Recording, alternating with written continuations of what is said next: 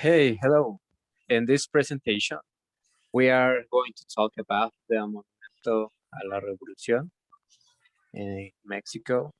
And in this team, we are Ortiz Perez Cintia Pamela and Daniel de Olarte Panoy. Okay, short descriptions. The project started in 1910 and was adhered to the final concept and in 1933 to 1938. It's a structure composed of columns, arches, and a steel dome.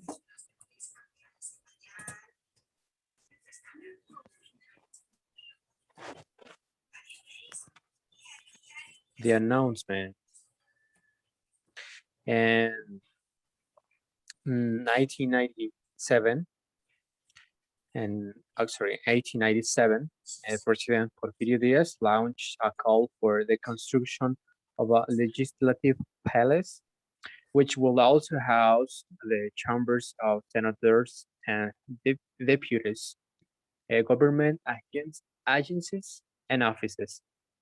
No contestant was the winner, so President Diaz appointed the French architect Emile Bernard. Okay.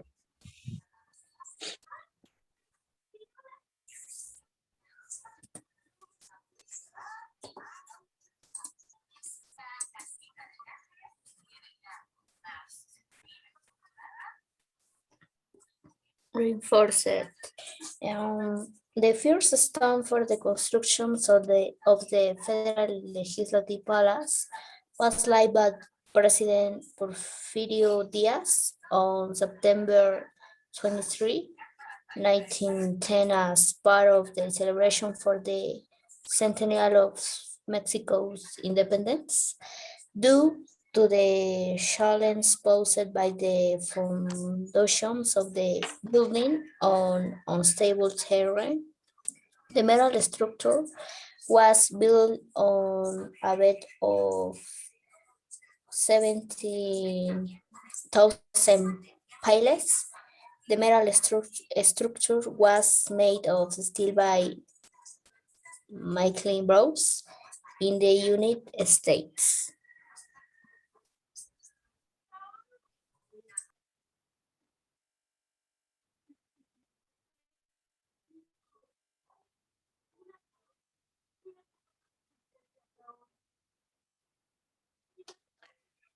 The construction thought before the beginning of the Mexican Revolution. The government of the new President Francisco I. Madero, once in power, continued with the works, but after his death, the construction was finally interrupted. Years after its abandonment, the steel structure was abandoned and in permanent wear and tear. Emily Bernard will return to Mexico to try to give life to his project in 1922 by proposing a monument to the great men of the revolutionary struggle, calling the Los Héroes, el Panteón de los Héroes, perdón. And the president-elect Álvaro Obregón accepted his project, but it was assassin a motor in 1928. A year later, the architect Ben Bernard died.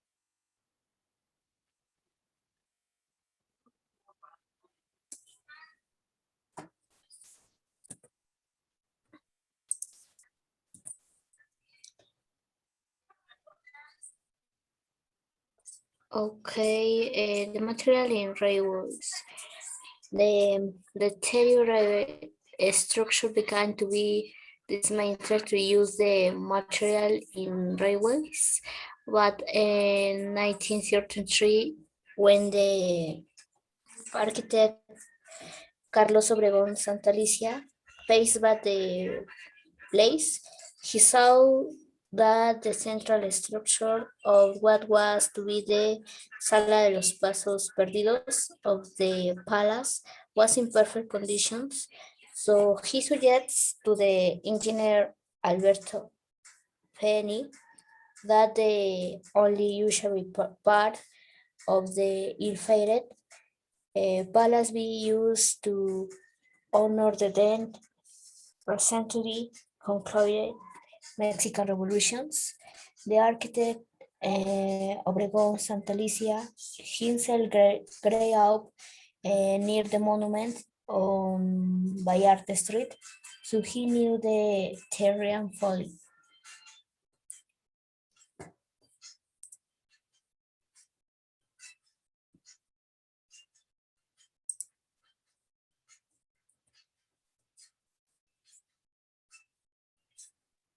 Adaptation of the structure, because these changes in the plans, the politics in Mexico, the adaptation of the structure of the hall of the love steps and monument of the Mexican Revolution spanned from 1933 to 1938.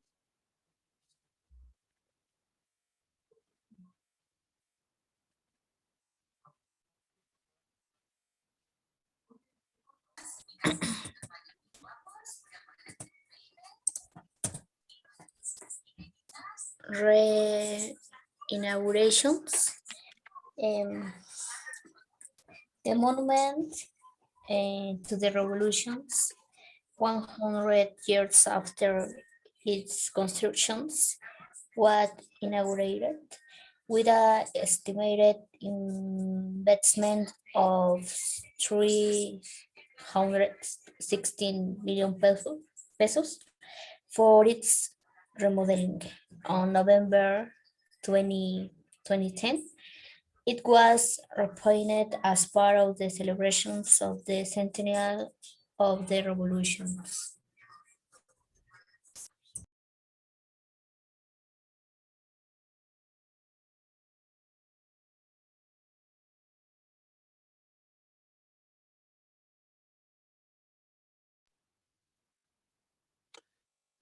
Okay, to continue with the architectural features, because it's the most important in this matter in this subject.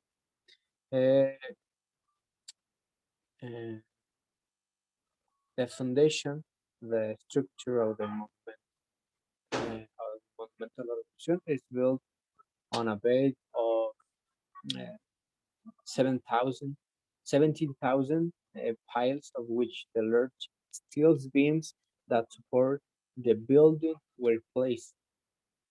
Mhm.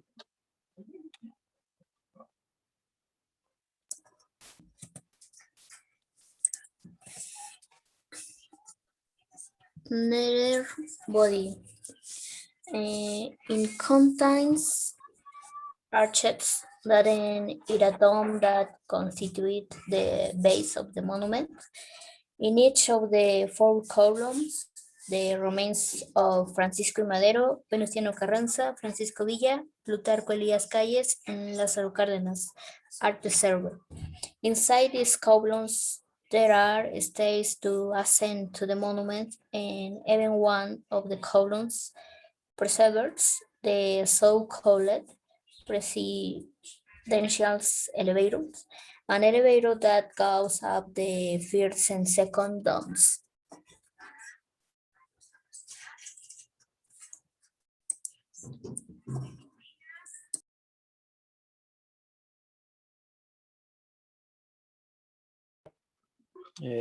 To double down, the monument is topped by a double dome supported by four arches and height of 26 meters.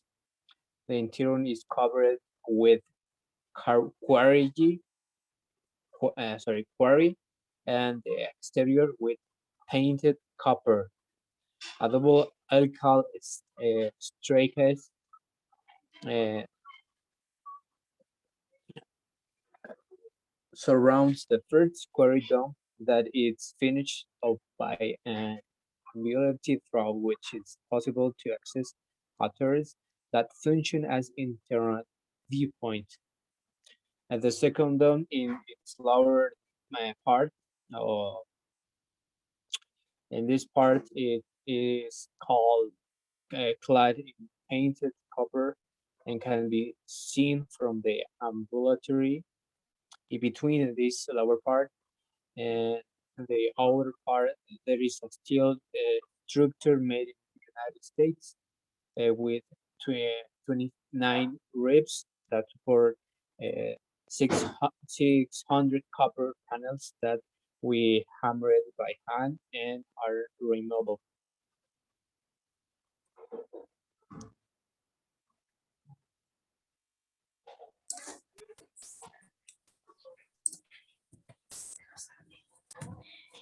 Presidential elevator. The elevator mechanics journeyed at the height of the square and ended at the top of one of the columns of the monument reaching the presidential room.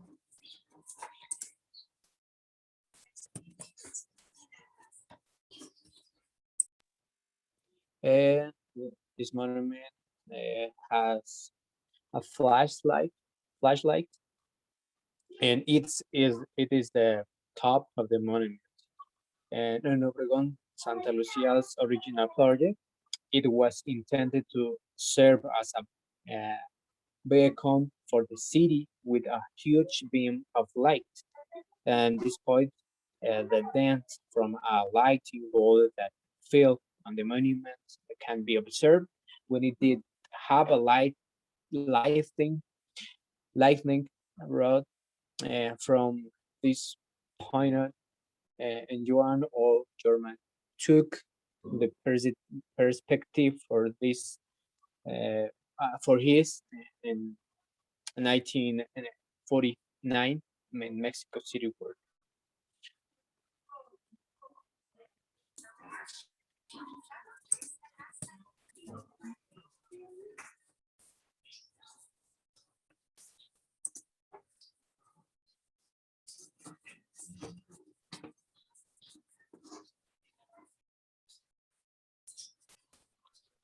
And this is all for this presentation. How we would expect, we would hope that you are interested with this structure, and we can, and we are going to talk about another structure if you want.